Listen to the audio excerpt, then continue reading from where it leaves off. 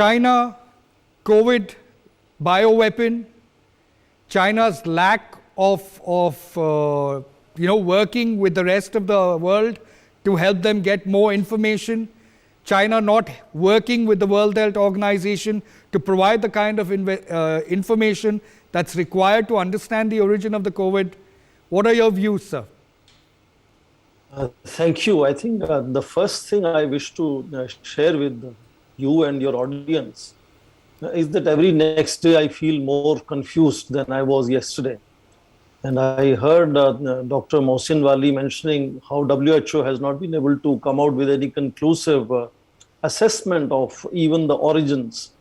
I see the same thing among experts. In fact, it's a bit of an unenviable situation now that I'm not a medicine person, that for every report that says that this was a leak from lab, you can see 2 reports coming out which talk about this being a zoonotic spillover instead. We are discussing one report. The other report from University of Arizona today is by Dr. Michael Worobey, which says it's a spillover from the market. So issue here is that there is complete chaos even among the scientific community to come to a conclusion, because there are all kinds of, allow me to say conspiracy theories, as if, because there is no substantive conclusion in which one direction you could see the world moving in terms of what has happened on the ground.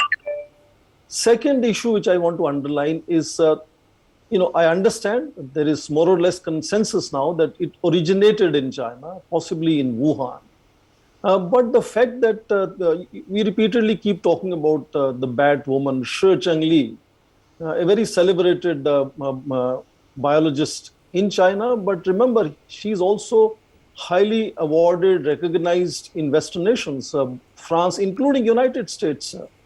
So she's been well recognized in Western world. She has been working closely. Mr. Singh, you have experiments going on in the same lab that Professor Xi Jinping, the highly decorated scientist, has been working on. These experiments, by her own admissions, are considered to be highly dangerous, in terms if you read her papers. So in all probability, let's assume for a moment we are not saying it's a bioweapon.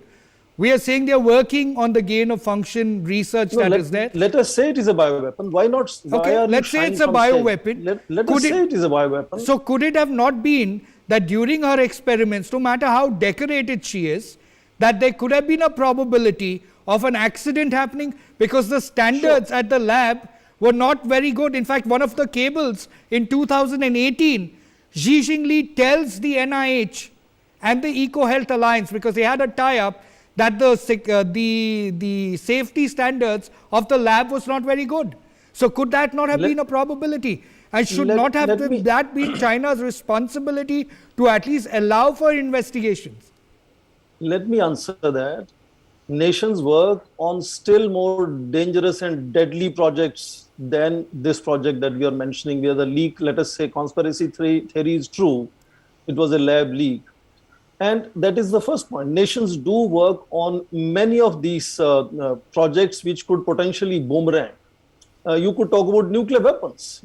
Countries still go on working on nuclear weapons, for example. And second is that in this lab only, there was enormous collaboration happening. And you yourself mentioned maybe the dirty job is passed on to China to constantly work on things which are not allowed in the United States. And this is not the only example. And China is called sweatshop, the factory of the world, simply because some people in the United States don't think it worthwhile to do that production, which is cheaper and easier, and rules are different when it comes to China. So hand in glove situation is something which is also very apparent here. And the third point, I think, yes, to some extent we can, question Chinese involvement in it. But also remember, we are entering a world now where if you look back last 20 years, increasingly diseases have become transnational, whether it is HIV AIDS or Zika or H1N1 or one after another, SARS and now coronavirus. The frequency of any disease in a particular locality spreading very quickly around the world is a known phenomenon. And that is what you just mentioned yourself. Shi Jinping also says that this could constantly go on mutating. and there could be future other diseases. So I think there are multiple studies that are coming out with multiple conclusions, whether it was an innocent research of scientists to, move and walk ahead of nature unfolding its own threats in future and preparing human civilization to deal with that, or it is a zoonotic spillover, or it is a laboratory lab. Point is, after 2 years, even the scientific community is constantly struggling to come to any Obviously, conclusion. no, Mr. Singh, they wouldn't, because they would have a problem because you're not getting access to the Wuhan lab or the surroundings to understand it. Now, That's a very let's take interesting your question. example. Let me answer that question to you. Access to laboratories in China, Chinese became reluctant after this boomeranged around the world. But Americans and every other foreigners, they had access and collaboration with these people all these years. You can't say they were innocent. They knew nothing about what was happening I've on the never ground. said that. And I'm saying suddenly US now is Chinese equally are to be reluctant. blamed. So I'm saying fundamentally, NIH funded it. Everybody is in hand and glove is what I'm saying. The Chinese possibly were given the job to do the dirty work. All right. Dr. Singh, Professor Singh, sorry, what are your Thank final you. comments? Thank Sorry, you. Professor Singh. No, that's fine. Thank you so much. I think I want to underline, I think you mentioned briefly that the strongest mechanism in dealing with this possibility of bioweapons being manufactured by any country is a very well-established convention called Biological Weapons Convention. Sure. Now I want your viewers to find out which is the country behind blocking creation of a strong monitoring mechanisms under that Biological Weapons Convention.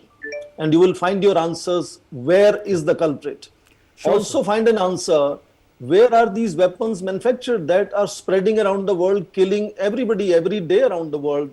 How come terrorists continue to have no dearth of weapons? Countries have no dearth of weapons. 70% of weapons production happens in one particular country that makes lots of money in selling those weapons, which are killing us every day around the world.